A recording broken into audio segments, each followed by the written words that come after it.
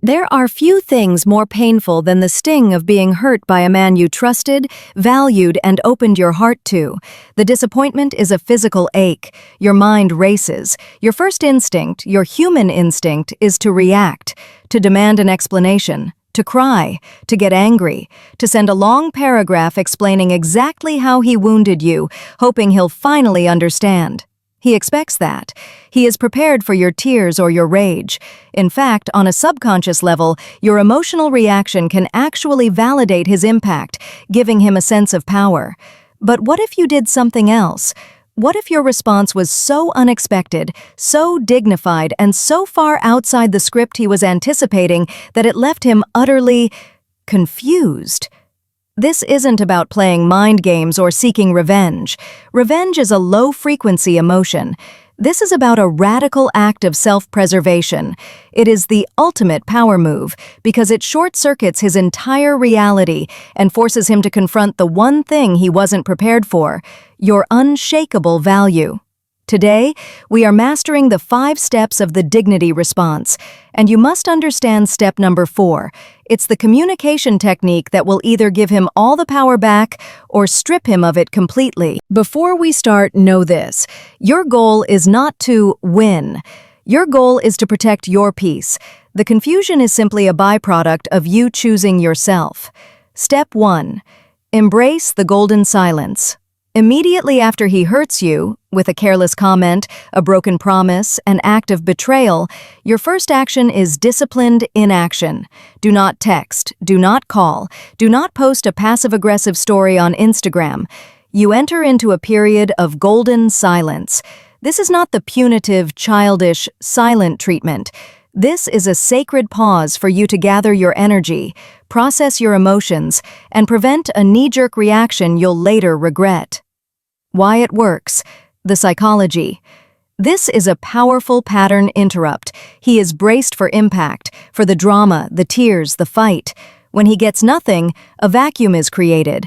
All the energy he expected to receive from you is gone. He is left alone with only the echo of his own actions. The silence is confusing because it's the opposite of what a wounded person should do.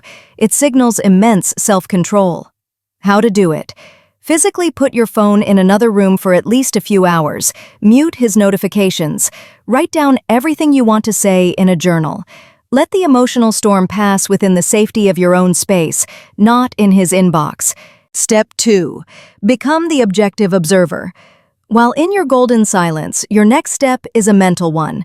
You must shift from being the victim in the drama to being the observer of the facts.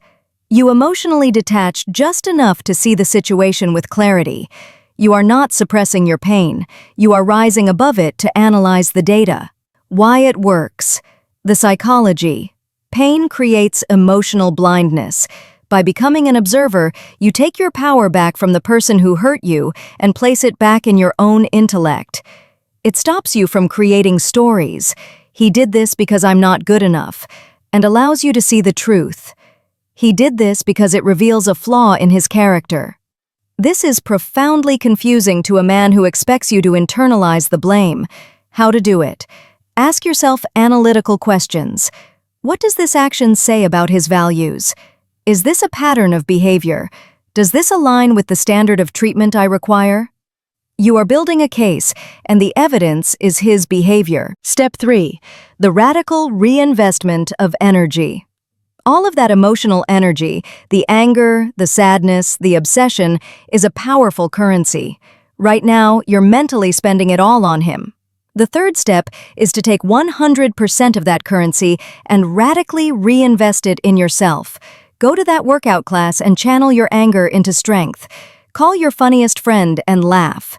Dive headfirst into the work project you've been putting off. Why it works.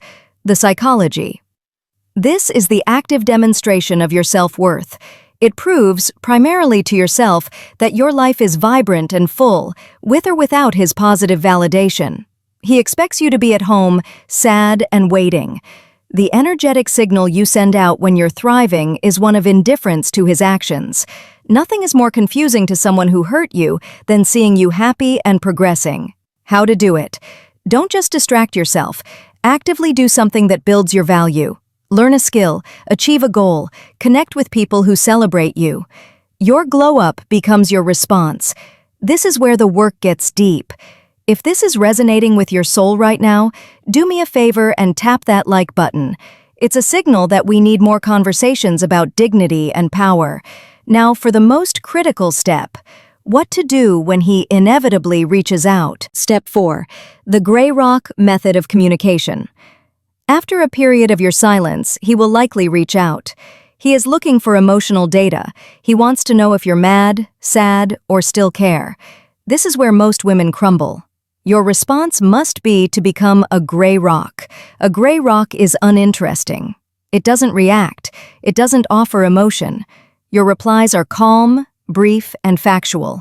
You are polite, but you are a closed door.